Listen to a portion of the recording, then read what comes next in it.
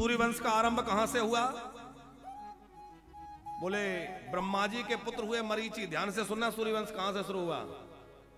ब्रह्मा जी के पुत्र मरीचि, मरीचि के पुत्र हुए कश्यप, कश्यप के पुत्र हुए वैवस्वान सूर्य, और सूर्य के पुत्र हुए श्राद्ध देव मनु।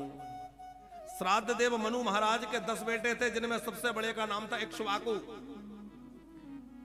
ईख बोलते गन्ने को, बाक माने वाणी, जिसकी वाणी गन्ने जैसी मीठी हो वो इक्ष्वाकु है। इक्ष्वाकु वंश प्रभवो, राम जी इक्ष्वाकु वंश में आए।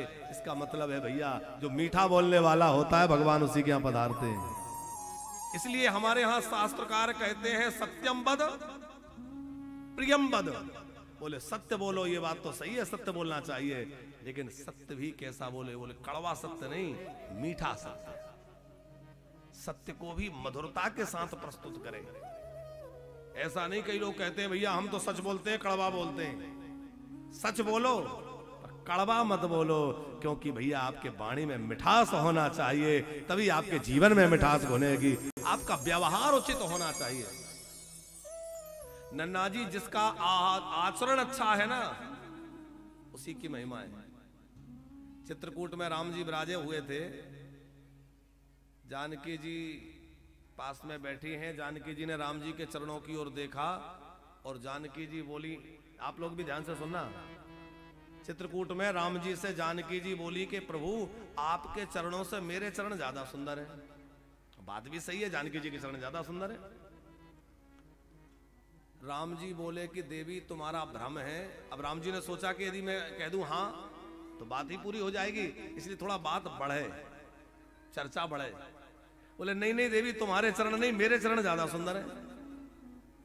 अब जानकी मैया कह रही है मेरे चरण सुंदर है, राम जी कह रहे हैं मेरे चरण सुंदर है। राम जी बोले लक्ष्मण को आ जाने दो, वो दोनों के पैरों की सेवा करता है, चरणों की सेवा करता है, वो बतलाएगा किसके चरण ज्यादा सुंदर है। लक्ष्मण जी आए कंदमूल लेकर।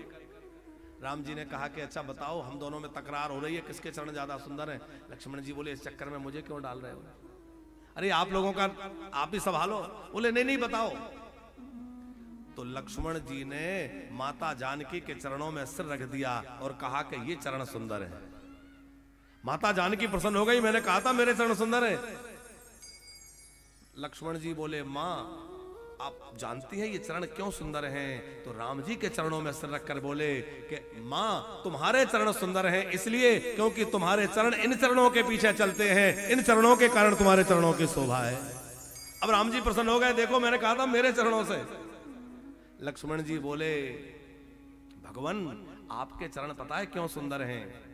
इसलिए कि आपका आचरण सुंदर है, और जिसका आचरण अच्छा होता है उसी के चरण सुंदर होते हैं, जिसका आचरण अच्छा नहीं होता उसके चरण सुंदर नहीं होते।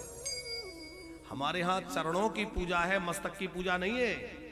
और चरणों की पूजा क्यों? बोले चरण जो है वो गति का प्रतीक है। जिसकी गति अच्छी, जिसके चरण अच्छे, माने जिसका आचरण अच्छा है वह पूजनीय है। लक्ष्मण जी हमेशा राम जी के पीछे चलते हैं, इसलिए गोस्वामी जी लक्ष्मण जी के चरणों के लिए क्या कह रहे हैं? लक्ष्मण जी के चरण कैसे हैं? बोले शीतल सुभग भगत सुखदायक। बड़े शीतल हैं, बड़े सुंदर हैं लक्ष्मण जी के चरण। तो किसी ने तुलसीदास जी से पूछा कि 14 वर्षों तक नंगे पैर लक्ष्मण जी वन में घूमे, उनके चरण सुंदर कैसे हो गए? अरे बिवाई फट गई, कांटे चुभ गए होंगे। बोले एक भी कांटा लक्ष्मण जी के पैर में नहीं चुभा। नन्ना जी नंगे पैर 14 वर्षों तक वन में चले, लक्ष्मण एक भी पैर में कांटा नहीं लगा। क्यों? बोले राम जी ने वन के कांटों से कह दिया अरे मार्ग के कंटको, तुम्हें जितने चुभना हो मेरे पैर में चुभ जाना, पर लक्ष्मण के पैर में मत चुभना।